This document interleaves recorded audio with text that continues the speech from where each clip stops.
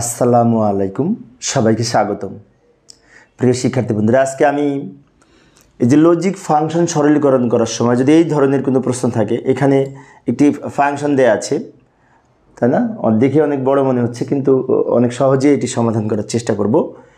এখানে বলা আছে A B C plus A not B C plus A B not C plus A not B not C, এটা দেওয়া আছে। তো এটাকে আমরা সরল করব কিভাবে? তো বুলিয়ান অ্যালজেব্রার নিয়ম অনুযায়ী আমরা করব। সেক্ষেত্রে প্রথমে দেখব কমন নেওয়া যায় কিনা। আচ্ছা, এখানে বি সি আছে, এখানেও কিন্তু বি সি আছে। তো প্রথম অংশ থেকে এই যে দুইটা অংশ থেকে আমরা বি সি কমন নিতে পারি, কারণ বি সি এইখানেও আছে, এইখানেও আছে। তো বি সি যদি কমন নিই, এখানে এ থেকে যায়, আর এখানে এইখানেও কিন্তু এ থেকে যায়, এ নট থেকে যায়, তাই না? এখান থেকে বি সি কমন চলে আসলে এ থাকে, এখানে বি সি চলে আসলে এ নট থাকে, প্লাস এবার এখান থেকে কি কমন নিব? এখানে কিন্তু বি নট সি কমন যায়, এখানে বি নট সি আছে, এখানেও বি নট সি আছে। তো বি নট সি যদি কমন যায়, তাহলে থাকে এ প্লাস, এখানেও এ নট থাকে। এখন একটা কথা, সেটি হচ্ছে বুলিয়ান অ্যালজেব্রার যে মৌলিক উপপাদ্য রয়েছে অর অপারেশনের, সেক্ষেত্রে এ প্লাস এ নট সমান কিন্তু 1 হয়।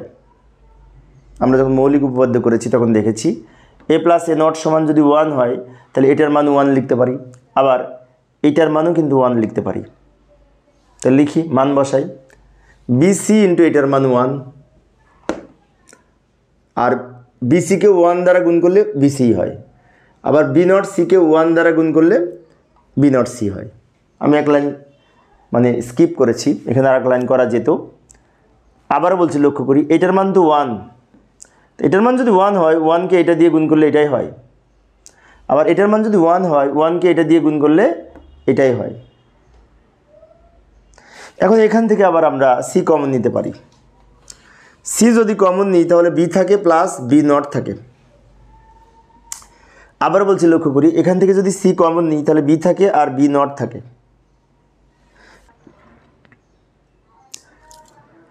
এবার এইখানে বি প্লাস বি নট সমান কিন্তু 1 হবে, কারণ এ প্লাস এ নট সমান যদি 1 হয়, বি প্লাস বি নট সমান 1। সেজন্য আমরা লিখতে পারি সি ইন্টু এটার মান 1, এটার মান 1, সি ইন্টু এটার মান 1, আর সিকে 1 দ্বারা গুণ করলে সি হয়।